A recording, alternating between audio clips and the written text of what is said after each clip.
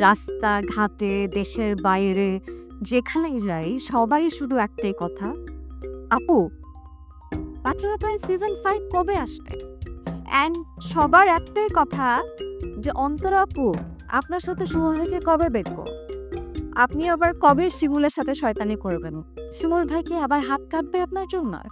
মানে কথাগুলো এমনভাবে আমাদেরকে জিজ্ঞাসা করা হয় অ্যাজ ইফ আমরা তাদের পাশের বাসার কেউ, আমরা তাদের খুব আপন কেউ।